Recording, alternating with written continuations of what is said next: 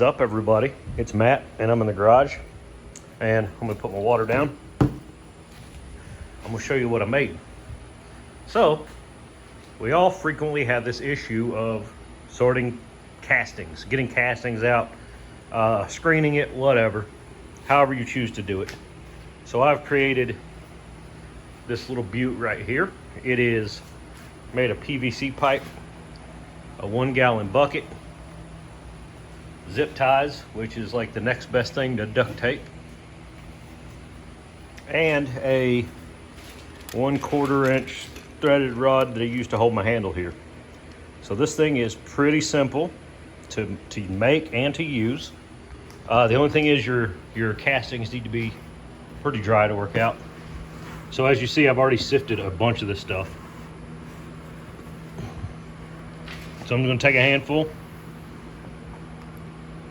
put it up in there, and I'm going to take my handy little spinner here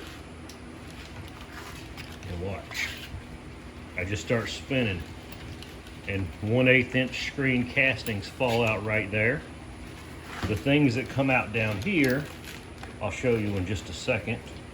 Let me get this spun through. You can see some little stuff falling out there. That's going to be anything that doesn't fall through the 1/8 inch screen. There may be some little worms.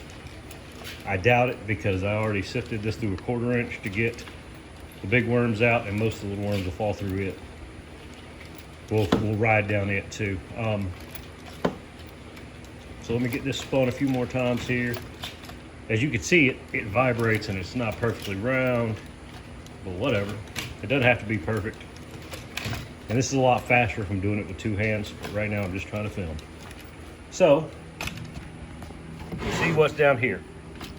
This is all stuff that rode through the 1/8 inch screen.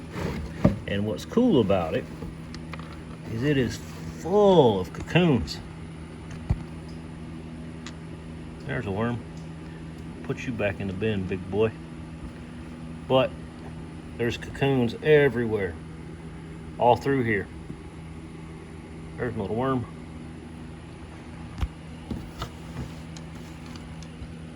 Just cocoon after cocoon after cocoon.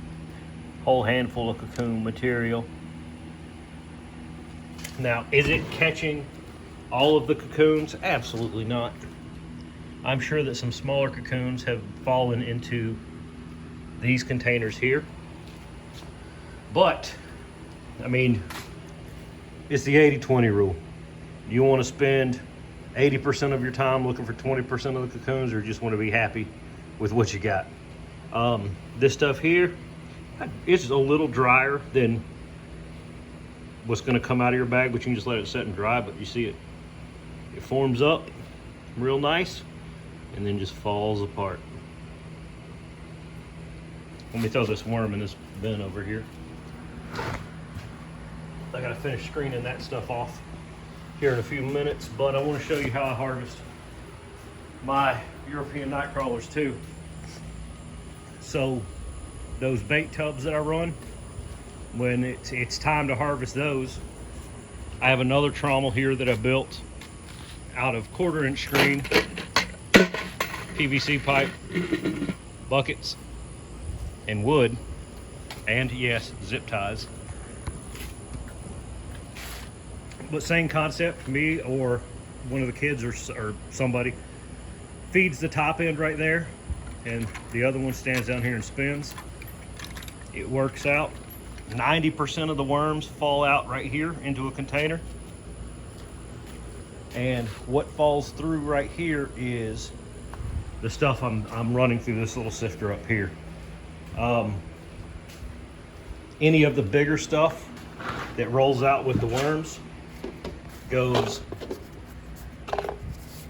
right into this new container with the worms.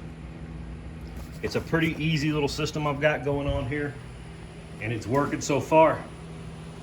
So this is another solution. If you don't want to have a shaker table or anything else, 3/4 inch PVC, a 1 gallon bucket, and some 1/8 inch screen for your castings. And out there, a 5 gallon bucket with 1/4 inch screen to sift your worms out. But that's it, guys. That's this week's worm video. I told you I was going to be doing stuff other than just updating the Vermi bag, and I see a lot of people asking questions about this on the forums. This is the first time I've used it. I just finished it today. Originally I had my spinner up here, but it was blocking the feeding, so I moved it down there. And yeah, this is it, guys. Pretty awesome. Works out. Make sure you like, share, subscribe, and I will keep on showing you guys the different things that I do with my worms.